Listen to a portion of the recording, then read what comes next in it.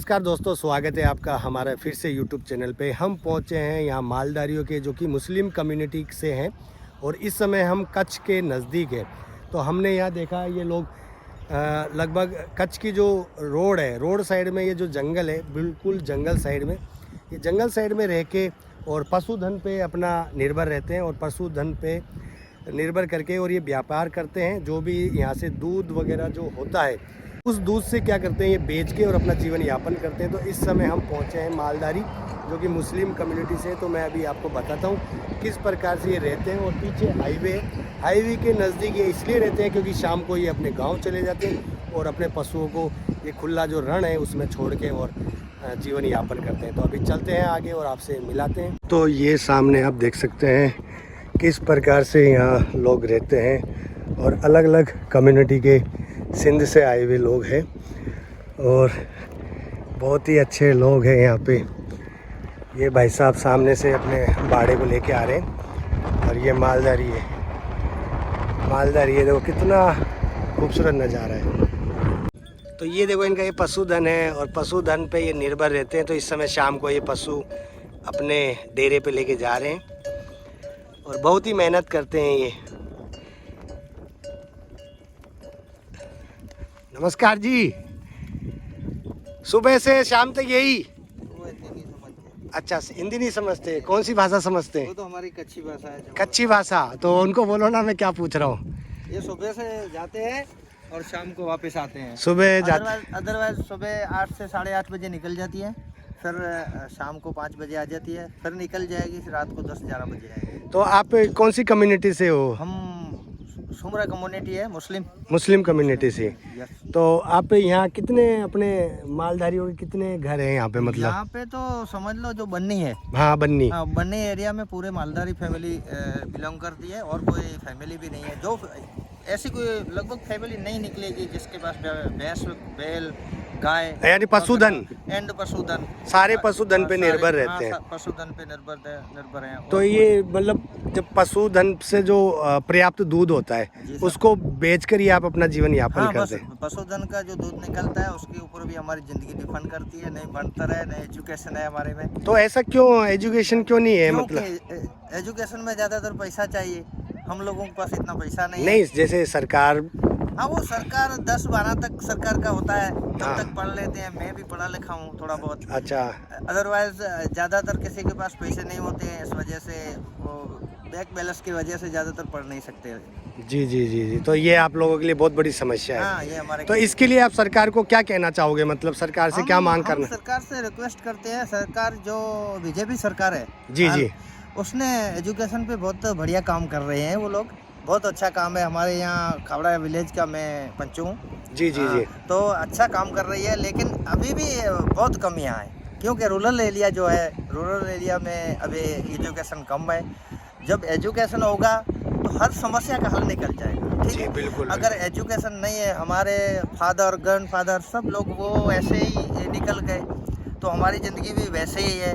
क्यों? यानी आप अपने बच्चे के भविष्य को सकारने के लिए ये बता रहे हो कि भाई हमने तो हाँ, लेकिन हमारे जो आने वाली 42 years आई एम एज। अच्छा। ठीक है, लेकिन मेरे बच्चे जो है उसको पढ़ाने के लिए मेरे को कम से कम पैसे की जरूरत होती है। आजकल तो पैसे के बगैर कुछ भी नहीं है। हाँ, कुछ भी नहीं है। तो हम मवेशियों पे डिपेंड करते हैं। मवेशियों जो इस साल अकाल पड़ा है, बारिश नहीं हुई है, अब इसका चारा, घास और जो खल पत्ती आती है वो लेने में हमको बहुत दिक्कत हो रही है। तो इसमें से हम इतना बचा नहीं सकते हैं, इतना हमारे पास बैंक बैलेंस नहीं होता है कि हम हमारे बच्चों को आगे बड़ी कोई यूनिवर्सिटी में पढ़ा सकें। इतना बहुत हमारे पास पैसा नहीं है। तो आप ये कहाँ तक पढ़े लिखे हैं बाबूजी? ये थोड़ा बहुत पढ़ा लिखा है। कहाँ तक मतलब? नहीं, 3-4 तक ही पढ़े। हाँ, क्यों ऐसे, क्यों आगे क्यों नहीं पढ़ाई करी आपने? क्या अगर मजदूरी कर रहा था तो मजदूरी के चक्कर में? क्योंकि फैमिली को आप यहीं रखते हो? फैमिली नहीं, वो घर पे। तो यहाँ पे आप खाली पशु रखते हो? बस पशु रखते। तो आपके पास कितने पशु होंगे? मतलब 20 का है। बस 20 ही है? तो इससे पूरा गुजारा हो जाता है? हाँ। बहुत ही बड़ी तकलीफ है। ये देखो, ये भाई साहब हमारे लिए चाय बना रहे हैं। हमारे लिए 3 जगह चाय बन रही है, कहाँ पियेंगे? तो आप खुद ही बनाते हो क्या चाय? जी। अच्छा अच्छा। तो यहाँ पे आप रात को आप ही रहते हो या और कोई भी रहता है? हम ही रहते हैं। तो रात को ठंड नहीं लगती क्या? नहीं लगती। क्यों? ऐसा क्या ताकत है कि ठंड नहीं लगती? भैंस की दूध की ताकत है। भैंस के दूध की ताकत है, इसकी वजह से ठंड नहीं लगती।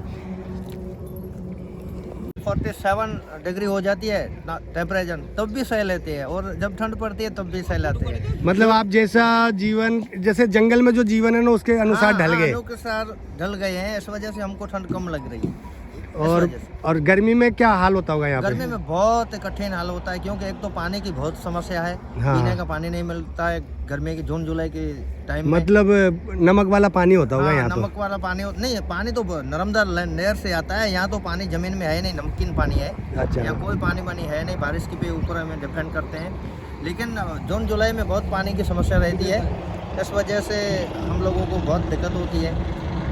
और क्या करें, गर्मी में सहना पड़ता है, और कोई व्यवसाय नहीं है हमारे पास, प्रोफेशनल कोई हमारे पास है नहीं, बिजनेस नहीं है कोई बिजनेस नहीं है। और ये जैसे आपके तो बरसात आ जाए जब, तो आपका पशुधन सही रहता है, नहीं तो बरसात के बगैर तो चारा भी नहीं होता होगा। हम बरसात पे ही डिपेंड करते हैं, क्योंकि इस साल बारिश हुई नहीं। हुई भी नहीं है। 5% बारिश, 5% बारिश हुई है यहाँ पे, तो हमको चारा दूर से लाना पड़ता तो है। चारा भी महंगा आता होगा। चारा बहुत महंगा आता है, 1 क्विंटल का 800 रुपया काले का मिलता है, तो बहुत दिक्कत होती है। क्या करें, अब बारिश नहीं हुई। दूध क्या भाव बिक जाता है यहाँ पे? दूध 48-50 बस, क्योंकि वो फैट पे डिपेंड करता है, जो फैट हमारा आता है उसके ऊपर ही डिपेंड। तो ये फैट इसलिए कम होता होगा क्योंकि ये तो खुले में चरते हैं ना। देखो, आज बिस्लरी पानी जो लेते हैं आप लोग, वो भी 1 लीटर का 25-30 रुपया ले लेते हैं।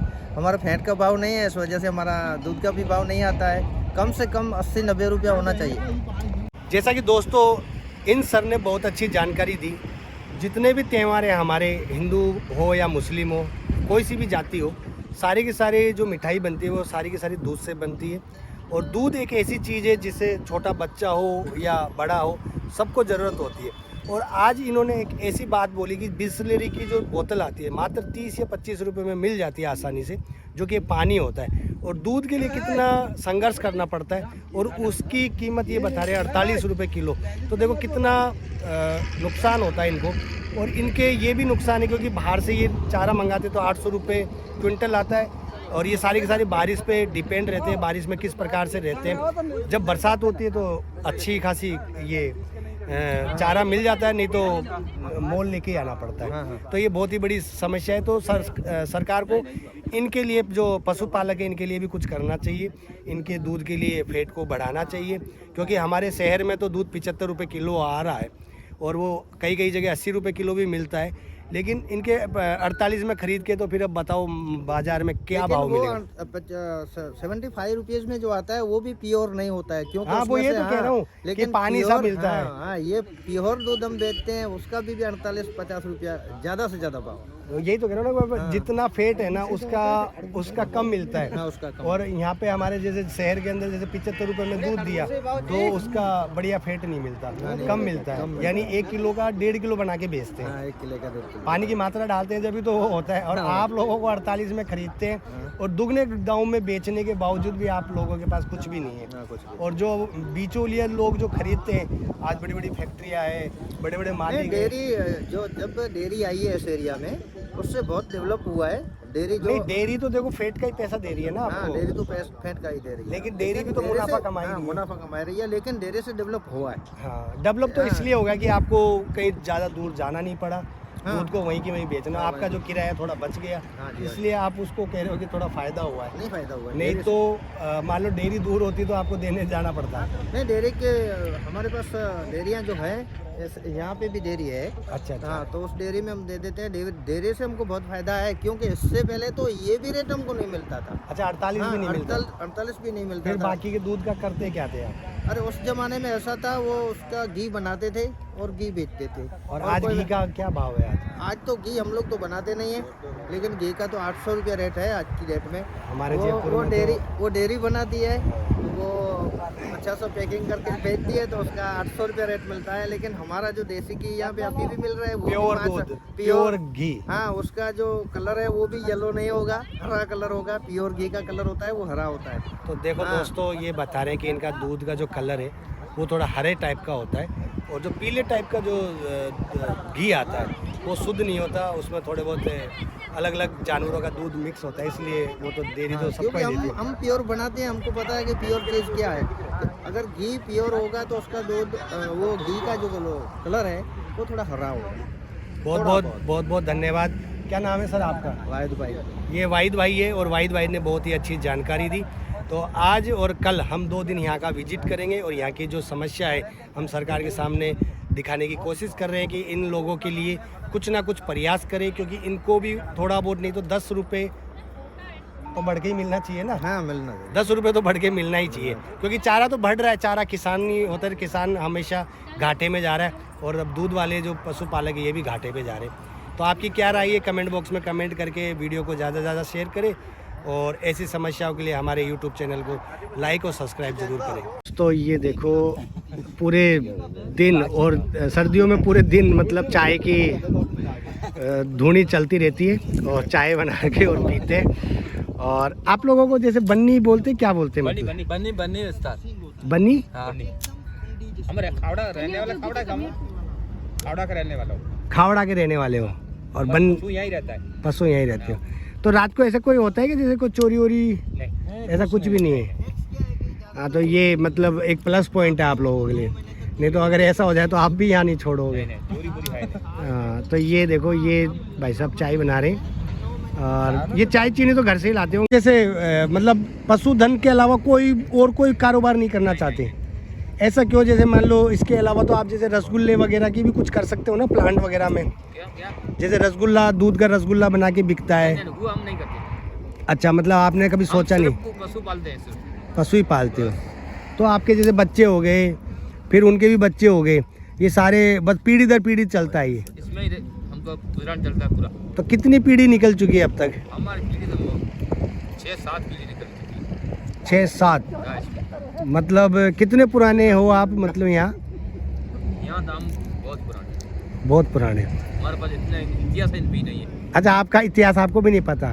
मतलब शुरू से इसी एरिया में रहते हो आप? रहने वाले। नहीं मतलब इसके मतलब ये छगड़ा क्या नाम बताया? खावड़ा। खावड़ा के आसपास ही रहते हो खावड़ा। और इसके अलावा कहीं नहीं गए? नहीं। कभी बाहर वगैरह घूमने वगैरह गए? नहीं।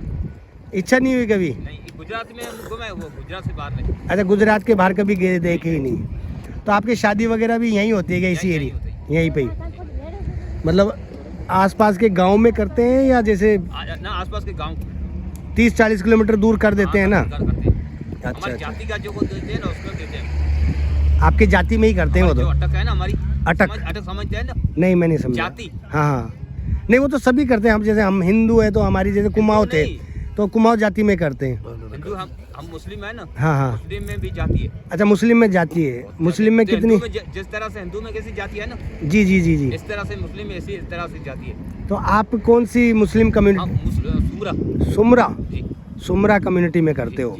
उसके अलावा कोई कम्युनिटी में ही नहीं करते? ये बहुत ही अच्छी जानकारी दी। मतलब मुस्लिम भी कई प्रकार के होते हैं मतलब? मुस्लिम तो सभी मुस्लिम। अच्छा। उसमें जाति बहुत है ना। देखो आप हिंदू है ना? हाँ। हिंदू में तो यार वो ब्राह्मण है, वो हिंदू है। हाँ। वो दलित है, वो हिंदू है ना। इसी तरह से हमारी भी ऐसा है। नहीं, हमारे जैसे 3-4 मुस्लिम होते हैं, जैसे मणियारी, और एक होते हैं जैसे कामख्यानी, और एक होते हैं अलग अलग, मतलब 3-4 होते हैं। वो भी अपनी ही उसमें शादी करते हैं। हम ड्रोन शॉट लेंगे यहाँ का और आपको ड्रोन शॉट भी दिखाएंगे इस वीडियो में कि किस प्रकार से ड्रोन की जो फुटेज है और किस प्रकार का ये रण क्षेत्र दिखाई देता है। तो मेरे साथ है तरुण जी, इनका भी एक यूट्यूब चैनल है, तो आप इस पे जाके इनके ड्रोन शॉट के फुटेज देख सकते हैं। तो ये देखो, ये यहाँ पे आपको दिखेगी अलग अलग प्रकार की भैंस है और अलग अलग प्रकार के हैं। तो ये भैंसों को, जो भैंस होती है, जो पशुधन है यहाँ का, उस पशुधन के मुंह पे ये मतलब जिसे कहते हैं प्लास्टिक का एक थैली बना के और चारा डाल देते हैं, जिससे ये खाते रहते हैं और रहते हैं, जिससे ये वेस्टेज नहीं जाता। तो ये देखो, ये अभी यहाँ पे छोटे छोटे भाई है, ये भी दूध निकाल रहे हैं। और